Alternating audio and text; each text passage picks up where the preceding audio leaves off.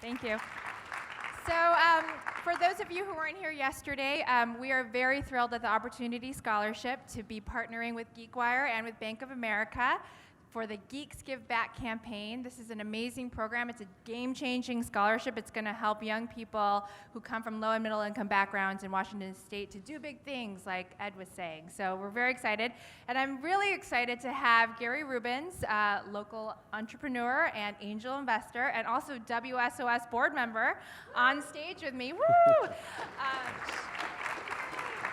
And you all may have heard that Gary's done some big things for us recently. One of them is to match all gifts during the Geeks Give Back campaign up to $125,000. So he's not going to pay unless you all give, right? So one question to you, Gary, why is it so important that you pay? That I pay? Wow. Well, I think I always like a challenge, so I think challenging people to understand how $1, if I match it, turns to $2, and then that $2 gets matched by the state.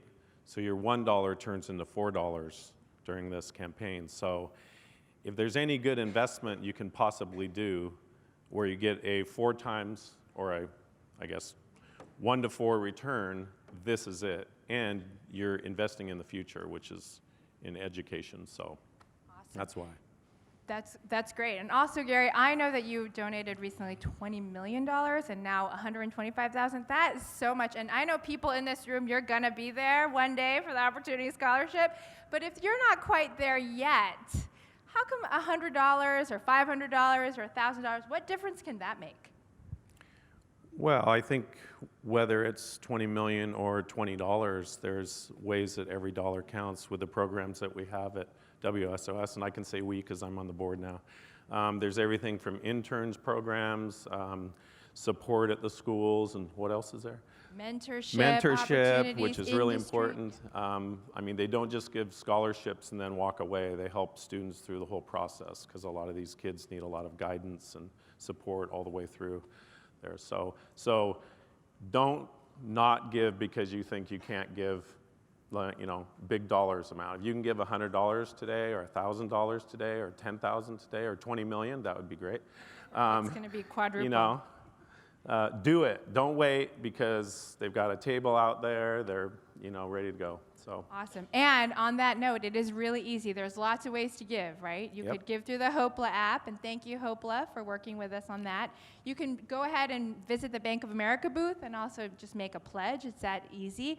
Or you could go online to opportunityscholarship.org or the GeekWire site and click on the Geeks Give Back link. So we're making it easy. And I'm going to tell you, one of our favorite students, Mahdi Ramadan, is coming up to speak. And when you hear him, you're going to want to, you're going to want to really support him. So without further ado, Mahdi.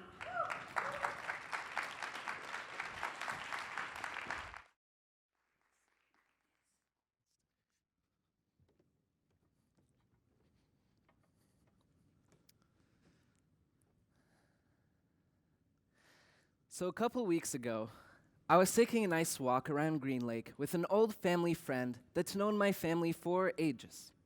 And me being naturally shy and not having seen this older lady for 14, 15 years, I didn't know what to talk about at first. But then I started telling her about my experience at the University of Washington, the studies I was participating in, and my dreams and goals for the next 10 years. And I could tell from her smile just how happy and proud she was, since she knew my family ever since they were in Lebanon, ever since they immigrated to the US, and she knew the dire circumstances they were in before. So as we're walking along, she slows down and she stops. And then she asks me, "Mahdi, do you know what a jewelry rose is?" And I think for a moment, and no, I don't know what a jewelry rose is. And she tells me, a jewelry rose, which is Joury,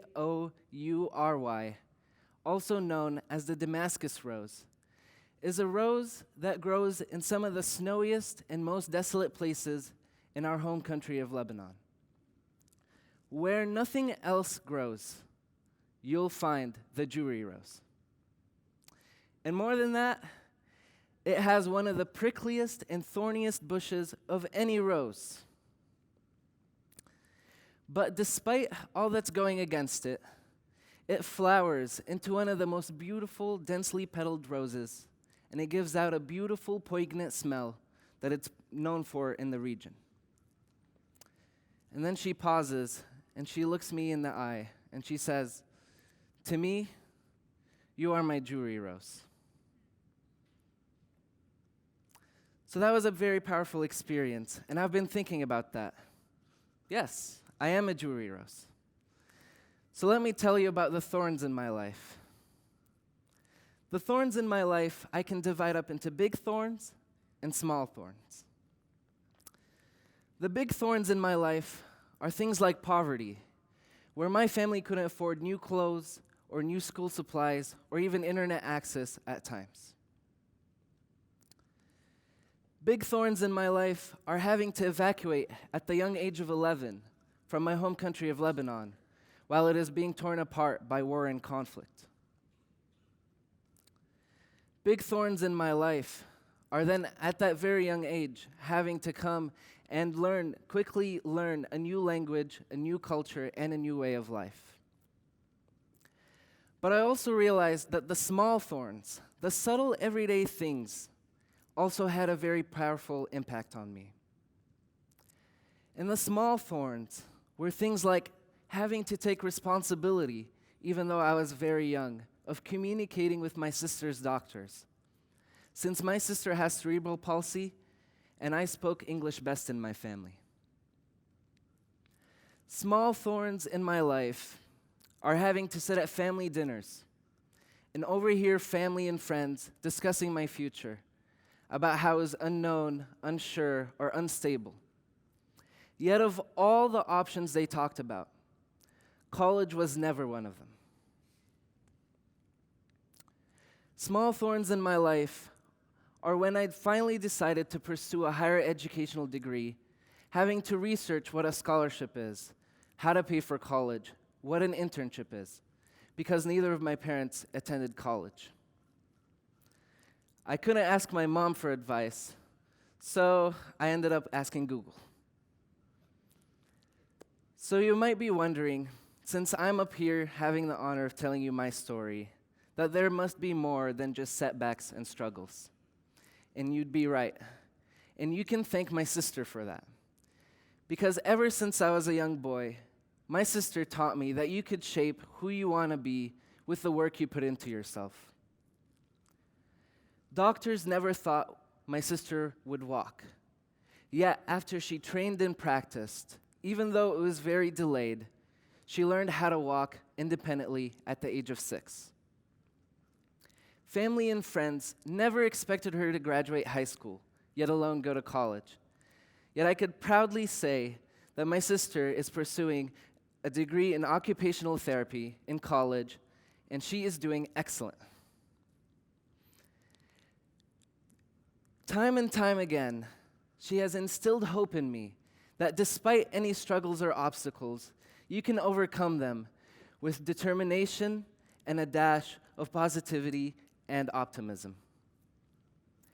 And that's a lesson that I've taken to heart, and with that in mind, I've accomplished a lot. One of my accomplishments was graduating high school with the International Baccalaureate diploma. And in the government housing complex where we used to live, they held an annual graduation celebration. And out of 383 units, and you heard that, 383 units, I was the only one there who graduated high school and was going to a 4-year university. So to my community, that was a big deal, and I was shown a lot of support and appreciation. Another big accomplishment was getting into the University of Washington and studying neurobiology, a topic I'm very passionate about. But even more so, having the opportunity to do research and participate in internships in neural engineering. And neural engineering takes what we know about the brain and combines it with what we know about computers to develop new technologies that have the potential to rehabilitate thousands of individuals with neuromuscular disabilities. And my dream is that in 10 years from now, I will be able to lead a research lab or company that could develop even more advanced technologies that could, for example, help paralyzed patients regain their ability to walk by bypassing their spinal cord injury, or helping individuals with cerebral palsy, such as my sister, regain the ability to do even simple tasks, such as use a knife and fork to eat. And none of this would have been possible without the help of the Washington State Opportunity Scholarship, since it helps me follow the passions of my heart rather than be limited by the financial circumstances of my family. And for that, thank you. But also realize that there are many young people out there just like me. And we, all of us here, have the power. We all have the power to change their lives, give them an opportunity, and help them reach their full potential. So let us all together plant whole mountainsides of jewelry roses, and let's make this world beautiful. Thank you.